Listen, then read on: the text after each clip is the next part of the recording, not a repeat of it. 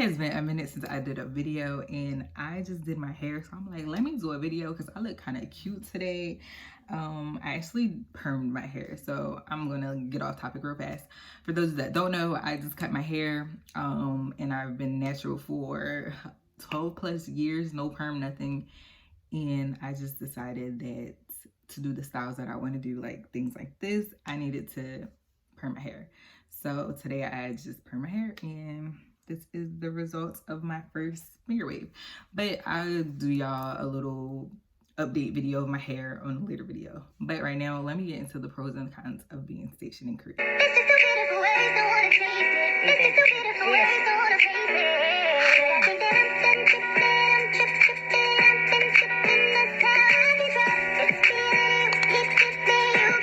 What's up, YouTube? It's your girl Rhonda Samia, and I am back with another video. If you guys are new to this channel, my name is Rhonda Samia. I am a sergeant in the Army. I have been in for 7 years. I'm currently stationed in Fort Bragg, North Carolina, and I literally just came back from Korea about a month and a half ago. As you can see, I have a special guest in the background. Can't ever do anything without my dog. Her name's Bella. So yes, Bella will be doing this video with me, I guess. And my son is also home, so he probably will barge in here. Hopefully he doesn't, but I'm sure he will. So like I said, by the title of this video, I'm talking about the good, the bad, and the ugly about being stationed in Korea. For those that don't know, I was in Korea for 15 months. Usually Korea is a 12-month tour, but of course, because of the coronavirus, I got extended 3 additional months, which sucked. I am going to do the cons first, I guess, and then I'll do the pros. So you guys know that when I do my pros and cons videos, I never put them in any particular order. So it's not like from one being the best, nothing like that. This is literally just the top of my head, what I think. And let me tell y'all, these are my opinions. Like, I hate when people come under my videos and be like, oh, why do you think that? Like, these are my opinions, okay? My opinions, not yours, not yours, not yours. If you don't like what I'm saying, get off my video. But anyway, let me start off with the first thing. Is having no car. So since Korea is a 12-month duty station, like, which is considered like a short tour, you are not allowed to have a car if you're a single soldier. If you are married and you go to Korea and you don't bring your family, you're not allowed to have a car. If you're a single soldier that lives in the barracks and not married at all, you're not allowed to have a car. Your only way you can have a car is, I think, if you are E8 and above. I don't even think E7s are allowed to have cars. I may be mistaken, but I'm not sure. I know officers are allowed to have cars, but overall, majority of the people in Korea do not have cars, and it sucks. There are a lot of buses and taxis, but just having to walk majority of the time in the hot sun and the cold. And during my stay in Korea, the COVID happened, so taxis stopped running, buses stopped running, and we literally had to walk everywhere. And when I tell you that sucks, especially when you're used to having a car. Like, I literally will take the car to go to a corner store. Like, I don't care. Like, I like my car. I like the luxury of having a car. So going to Korea is a totally eye-awakening thing, being there with no car. All right, so the second con I have is the smell. So Korea has this really pungent smell. Now, it's not all the time, and some days it's stronger than the others, but the smell is from the pollution that China pretty much comes to Korea. So all their toxins and potent stuff comes to Korea. So that is where the smell comes from. And to describe the smell, it honestly smells like shit. Like, I'm just going to be totally, completely honest with you guys. And the way people, before I even went to Korea, the way people were making it seem, like, they made it seem like this smell was so bad. I'm not gonna lie, like, it is a bad smell, but it's not that bad. Like, it's not that bad. But like I said, some days are worse than others, and then you just be like, what the fuck? Why I smell like this out here? Like, no. So the next thing I have is rude people. So Koreans, I wouldn't necessarily say they're rude, but they're rude. Like, so if you're like walking to get on the train, Like, people will literally bump into you and not say nothing. They will just keep walking like they ain't never bumped into you or nothing. And you be like, what the fuck? Like, but then at the same time, you have to realize that that is their culture. And especially like elders. Elders are looked upon with a higher standard. So they pretty much can do whatever they want, and that you not supposed to say nothing to them, and you just be looking like, what the fuck? Oh my god. So for me, the barracks was the worst part of being in Korea. So ever since I joined the army, I've always been married, so I've always had my own house. And when I left Bragg, I had a 3-bedroom, 2-bath house. And I get to Korea and I get this little ass barracks room. So it's definitely adjustment if you're not used to staying in the barracks. And then another thing is that the barracks are so overpopulated that they'll just give you anybody as a roommate. Well, my unit did. So I was a sergeant and I had a private as a roommate, which didn't make any sense to me because why y'all giving me a private as a roommate? And then y'all wonder why fraternization and all that stuff happens. Like, why y'all give me a private as a roommate? Another thing I didn't like is that our barracks was co-ed. So not co-ed necessarily. I don't mind being in the same building as men, but as far as E4s and below, so our barracks was E1 to E6. So sergeants had to share barracks with privates. Now, I'm not saying that there's anything wrong with that, but me personally, I don't hang with my soldiers. Like, I don't drink with my soldiers. I don't really drink with any soldiers or hang out with any soldiers, mine or anybody else's. That's just my preference because I know what I went through when I used to hang out with sergeants when I was a private, and I'm not doing any of it. Like, no. So it was a lot of fraternization going on in the barracks, a lot of NCOs hanging out with soldiers. And if that's what they want to do, like, that's their prerogative. Like, I ain't got nothing to do with that. But that's just not what I did. So I never hung out with anybody in my company or my unit or anything. Everybody that I hung out with lived in other barracks. The next thing I say is missing family. So especially if you're married and you have kids, like, being in Korea is hard. Like, it is hard. Even in deployment, but being in Korea is hard. And especially when I got extended for 3 additional months. You guys know I have a son. And my son don't like talking on the phone. So I barely talked to my kid when I was in Korea. It was definitely hard. When I left for Korea, he was 6. And when I came back, he was 8. So, he literally turned 6. He literally turned 7 the day that I reported to Korea. So, but still, just missing his whole 2nd grade, missing his birthdays, 2 birthdays, and just missing all his milestones and all that. Like, this shit sucks. And I would say Korea is not for the faint-hearted. Like, a lot of people always say that Korea is a marriage ender. And, shit happens. So one thing that is a con is what happens in Korea does not stay in Korea. So for some reason, people think whatever they do in Korea is not going to come back to the States.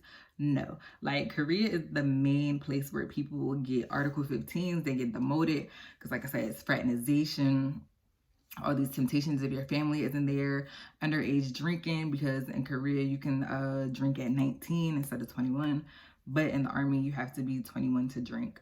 So it's a lot of stuff that goes on in Korea. And I'm just telling y'all now, if you get in trouble in Korea, that shit is going to follow you back to the States. If you get demoted, it's going to follow you back to the States. If you get caught up doing whatever you're not supposed to be doing, it's going to come back to the States eventually. Like I said, it was so many people getting Article 15s demoted, sergeants getting demoted to freaking specialists, it was just crazy. But like I said, majority of it is underage drinking and fraternization and cheating. Point blank period, cheating. So yeah, I'm just letting y'all know, if you go to Korea, do not think that what you do there is not going to affect what you do or not come back to you to the States, because it will, especially if you are a sergeant. Like, if you get demoted, that's gonna fucking hurt your family, hurt your paychecks and all that. So don't do nothing stupid if you come to Korea. Like, enjoy your time. Yes, go out, get drunk if you're of age. If you're not of age, like, don't get caught. Like, come on, like, do things with people that you know got your back, period. Not that I am condoning underage drinking, because I'm not, but we are humans. We do things that we are not supposed to do all the time, but be smart about it. That's it. A con that's not really a con of being in Korea, it just happened, is obviously COVID. Like, COVID messed up so many things for me. I wanted to travel more than I did. Obviously, you know, I went to Bali. Check out my Bali videos if you guys haven't. They were lit. But I wanted to go to Thailand. I wanted to go to Vietnam. I wanted to go to Guam. Like, I just wanted to go to so many places that I was not allowed to do. I got extended an extra 3 months, which freaking sucked. COVID just messed up so much stuff. Like, before COVID, Korea was so fun. Like, the bars, the atmosphere, the culture, the food. Well, that's all the pros right now. But that's like all the things that I enjoyed about Korea. But once COVID happened, like, everything literally just shut down, and all we could do was stay in our barracks, and that's pretty much it. Do stuff in the barracks. Like, who want to do stuff in the barracks? The last con that I have is the language barrier. So the language barrier sucked, especially when I would go out of the Camp Humphreys area and like travel to Busan or Itaewon and stuff like that. Literally, I got kicked out of so many cabs because the cab driver did not know where I was trying to tell him to go. So it sucked. Like, they literally will kick you out the cab and be like, no, y'all got to get out because we don't know what you're talking about. So make sure that if you guys do go, you guys get apps, translation apps, get the Kakao. My bad, somebody called me, but make sure you guys get the Kakao Metro app. That definitely helps you get around, not using taxis. But just make sure you guys know where you guys are going before y'all get in a taxi. Make sure y'all get the translation for where y'all going.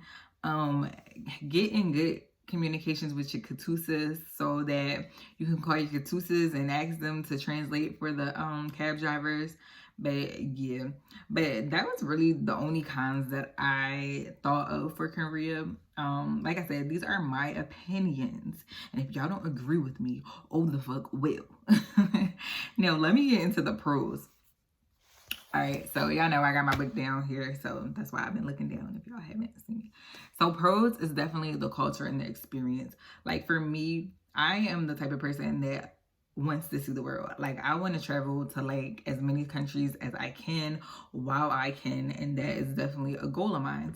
So when I found out I was going to Korea, I was kind of shocked, but then I got like super excited because I knew that it was just a different world and that I was about to experience. So definitely, like I said, the culture, the experience, just being in a different country.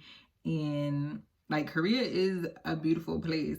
Like, make sure that if you guys do go to Korea, that you guys get out, even with the COVID. Like, try to go hiking, try to go sightseeing, go to the temples, and just travel. Like, go to Busan, go to Jeju, like, do all those things while you're there, because this is like a once in a lifetime opportunity. And take full advantage of it while you're there, especially if you're young and this is your first time outside of the country. Like, take full advantage of it.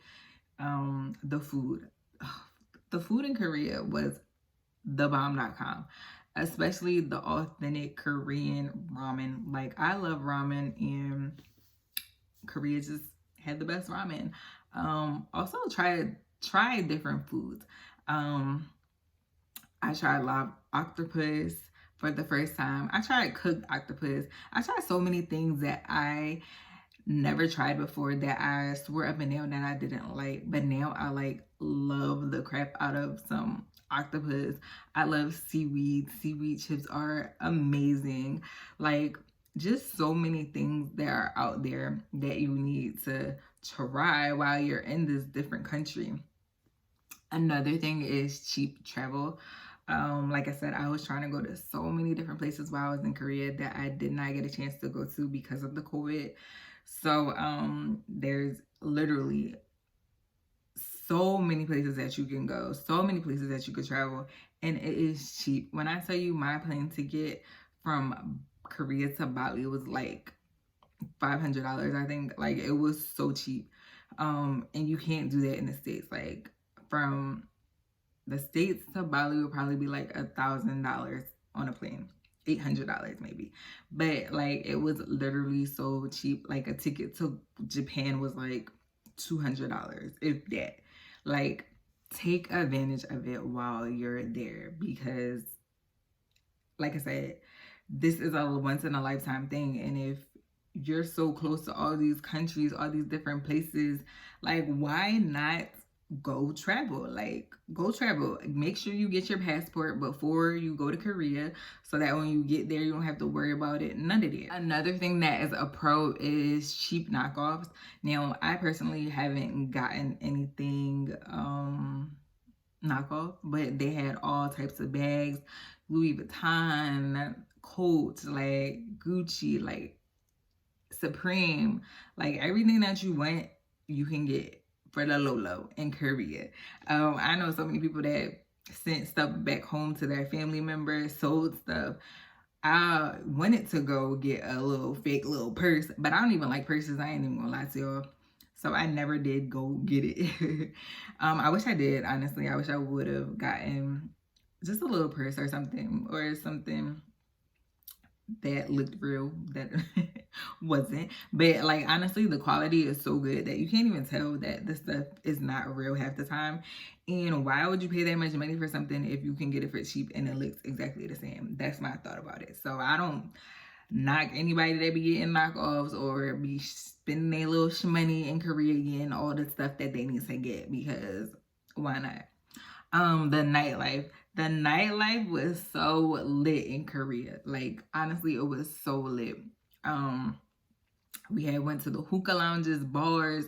We didn't really go to clubs like that, but the bars was lit. The hookah lounges was lit, especially when we went to Jeju. If you guys haven't watched my Jeju Island video, definitely watch that, and you can see what the nightlife was like. Like, it was so lit. We went to this bar, and it had a water slide in there. It had jump rope in there. Like, it had beer pong in there. Like, it was so much fun in Korea before COVID. I'm telling y'all.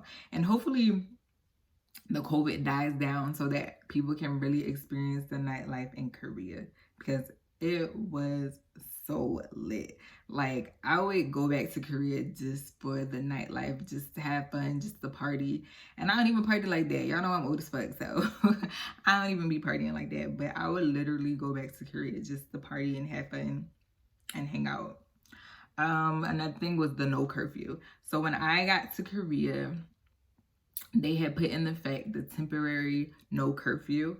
And then, like, after that went away in like December, the curfew went away for good. And that's another good thing, because I think before the curfew, you had to be back in your barracks room by 1 a.m. And then without the curfew, you can go back whatever time you want. You could spend the weekend out. My unit you didn't need any passes to go to like different places in Korea. So that was definitely a good thing, because who is trying to rush back from having fun? And a lot of people got in trouble that way too. They would get Article 15s because they didn't make it back on time for a curfew. So I definitely think that the no curfew thing helped a lot of people not getting in trouble. And then it just lets you have fun. Like, you didn't have to worry about nothing, not rushing, not, drinking your life away in 2 hours or nothing. Like, it was really good. So the transportation is super easy in Korea. I thought it was going to be super hard, but if you guys are from a big city like New York, or I'm from Philadelphia, and you guys took the trains and stuff like that, like you will have no issues with the trains in anything in Korea. Especially like I said, if you get Kakao Metro, it literally tells you what you have to do. I caught the train one time by myself. I usually have friends with me because I am horrible with directions. So I was always scared. But one time I took the train to get my hair done and I had no issues whatsoever. Like I just typed in where I was going, from what stop to this stop, and they told me exactly what I needed to do. So I definitely say get your apps together and you guys will be good. And another pro is the KATUSAs. I had literally the best KATUSAs ever. Like I literally loved my KATUSAs. So shout out to my KATUSAs. So when you're there, get to know your KATUSAs. So the KATUSAs are the Korean nationals that work with the U.S. Army, because if you don't know, all Korean males have to join the Army unless they're exempt for some type of reason. But if they are physically fit and meet all the requirements, they're joining the Army. Yes. And they work with you day to day. They do your job. You become their friends. So like I said, get to know your KATUSAs. Get to know about their families. Ask them questions. Pick their brains. Like, be their friends. Like, they're literally cool. They're funny as hell. They don't want to be there just like you don't want to be there, and vice versa. Like, yeah, like I said, I loved my KATUSAs. They were amazing.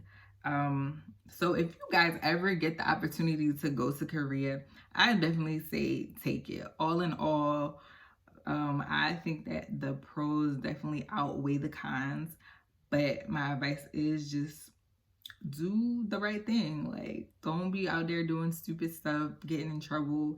Explore, travel, enjoy your time in Korea. Yeah, I know it sucks. You're away from family, you're away from your friends. This might be your first time away from family, your first time out the country, but enjoy it. Like I said, this is the once in a lifetime opportunity.